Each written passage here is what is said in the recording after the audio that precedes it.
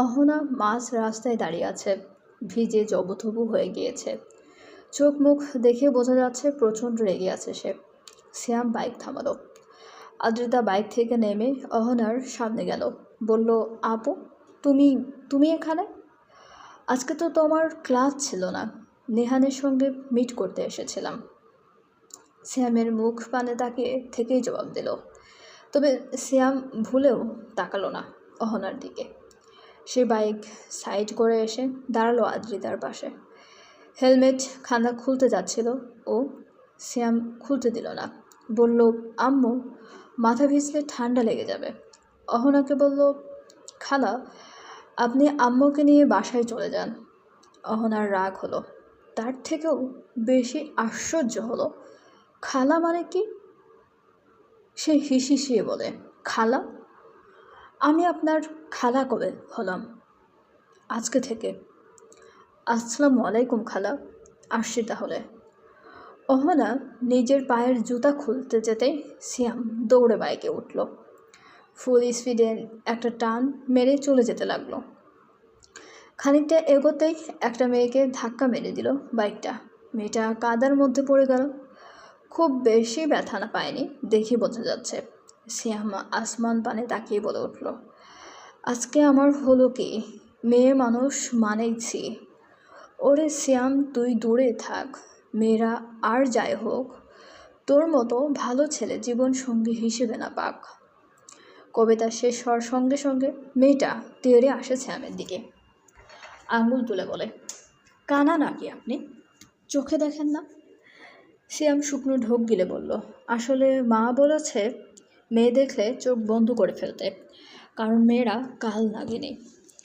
আপনাকে দেখেই চোখ বন্ধ করে ফেলেছিলাম। মেয়েটা কয়েক সেকেন্ড তাকিয়ে রইল শ্যামের মুখ পানে, তারপর হাত থেকে হেলমেট নিয়ে রাস্তায় ফেলে দিল। পেছন থেকে আরেকটা মেয়ে বলে উঠল, এই ইশারা, কাদায় পড়লে কিভাবে? মেয়েটা কী জবাব দিল সেটা শ্যাম শুনল না। ও শুধু তাকে রইল রাস্তার পাশে পড়ে থাকা ভাঙ্গা হেলমেটের পানে। বিড়বিড় করে অভিশাপ দিল, আল্লাহ তুমি বিচার করিও, ওর কপালে কোনো যেন খারাপ একটা জামাই জোটে। কক্সবাজারের সবার থেকে বিলাসবহুল হোটেলে উঠেছে আবরার।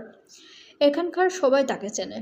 অন্য সব গেস্টদের থেকে ওকে একটু বেশি খাতির যত্ন করছেন সবাই। হোটেলের স্টাফরা দলে দলে দৌড়ে আসছে অটোগ্রাফ নেওয়ার জন্য।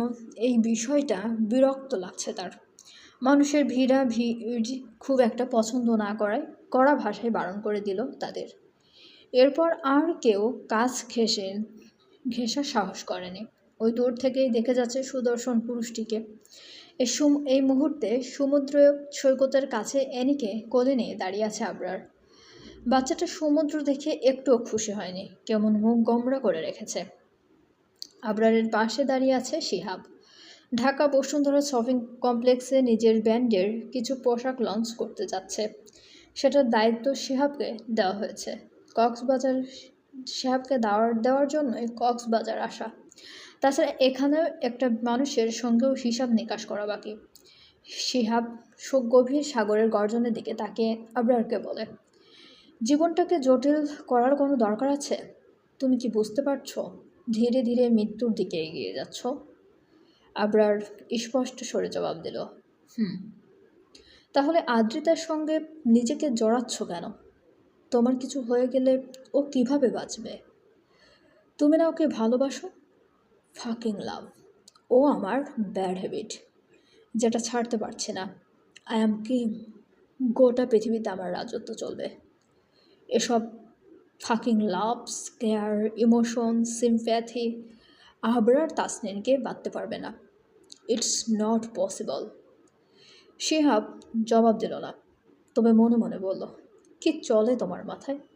কেন বুঝতে পারি না। আবরার তাসনিন, তুমি খুব চালাক, তবে আমিও দেখব কত দূর পর্যন্ত যেতে পারো। শিহাব তার ভাবনার মাঝেই দেখতে পাই একটা স্পিড বোট ওদের দিকে এগিয়ে আসছে। মুহূর্তের মধ্যেই কাছাকাছি এসে বোট থামে। দুটো ছেলে নেমে আসে। একটা ছেলে আবরারকে চেনে, সুইজারল্যান্ডের টিশান, তবে আরেকজনকে চেনে না। দুই বুড়ো আড়াআড়িভাবে কুঁচকে ফেলে আবরার। টিশান হাসি মুখে বলে, আমাকে ছাড়া থাকতে পারছি আমাকে ছাড়া আপনাকে ছাড়া থাকতে পারছিলাম না। কোথায় চলে আসলাম? Are you happy? আবরার জবাব দিল না। ও আমার ফ্রেন্ড নীলি গ্রিনি, চলো আমরা তোমার বাড়ি দেখতে চাই। আবরার এক পলক তাকালো শেহাবের দিকে, তারপর দাড়ি চুলকে বলে, are you sure? Yes, let's go. বলেই অ্যানিকে শেহাবের কোলে দিল। আধ ঘন্টার মধ্যে আমার বন্ধুরা এসে অ্যানিকে নিয়ে যাবে। ততক্ষণ পর্যন্ত ওর খেয়াল রেখো। কথা শেষ করেই স্পিড বোর্ডে উঠে পড়ে। ওর পেছনে পেছনে টিশান এবং নীলিও ওঠে। শিহাব পেছন থেকে ডেকে বলে, আবরার, তোমার উচিত আদ্রিতার সঙ্গে দেখা করে যাওয়া। মেয়েটি অপেক্ষা করছে। শিহাবের কথা আবরার শুনল কিনা বোঝা গেল না, তবে পিছন ফিরে আর তাকালো না। চলে গেল চোখের আড়ালে। অ্যানি অনবরত মিউ মিউ আওয়াজ তুলে ডাকতে থাকলো পাষাণ আবরারকে। সামনের মাসে 2 তারিখ অহনার বিয়ে ফিক্সড করা হয়েছে। হাতে সময় খুবই কম, অনেক কেনাকাটা করতে হবে। তবে আদ্রিতা এসব বিষয়ে এক্সাইটেড নয়।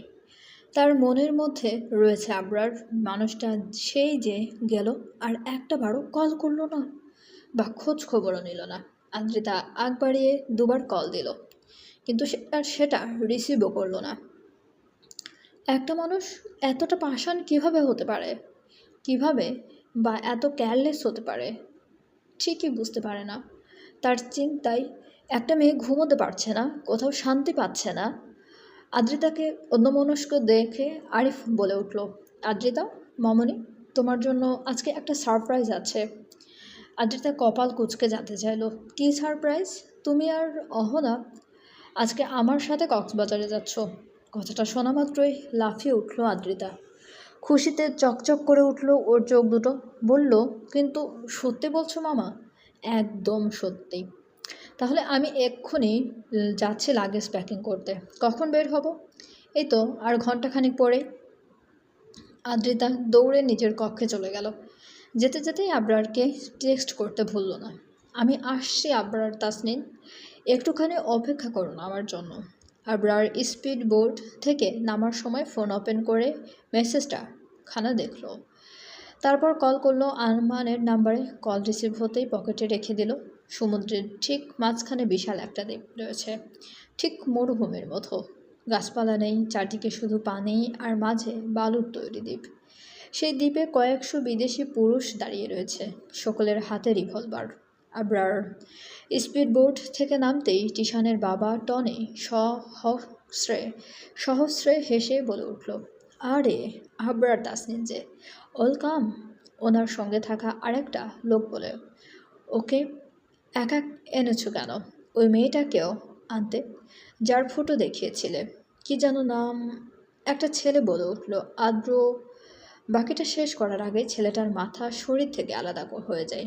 আবরার টিশানের পকেটে থাকা চাকু বের করে ছুঁড়ে মেরেছিল ছেলেটার গর্দান বরাবর। সকলেই ভয় পেল, 2 পা পেছালো। আবরার গম্ভীর স্বরে বলল, সে পবিত্র, ঠিক চাঁদের মতো। তোর নাম মুখে আনার যোগ্যতা ওর ছিল না। তার নাম মুখে আনার যোগ্যতাও ওর ছিল না। That's what. মুখ বন্ধ করে দিলাম। টনি শুকনো ঢোক গিলে বলে, আমরা তোমাকে এখানে এনেছি কথা বলে ঝামেলা মেটানোর জন্য।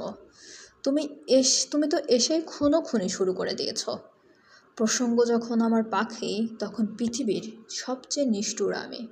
তার দিকে তাকালে চোখ তুলে ফেলবো, তার নামটা মুখে আনলে গলা কেটে দেব।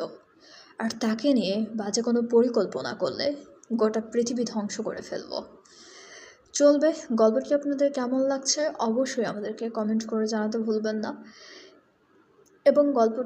এবং আমাদের চ্যানেলটি প্লিজ সবাই সাবস্ক্রাইব করুন। গল্পটি ভালো লাগলে অবশ্যই সবাই লাইক, কমেন্ট এবং শেয়ার করতে ভুলবেন না আপনাদের প্রিয় মানুষগুলোর সাথে। এবং আমাদের চ্যানেলের সঙ্গে থাকার জন্য সবাইকে অনেক অনেক বেশি ধন্যবাদ।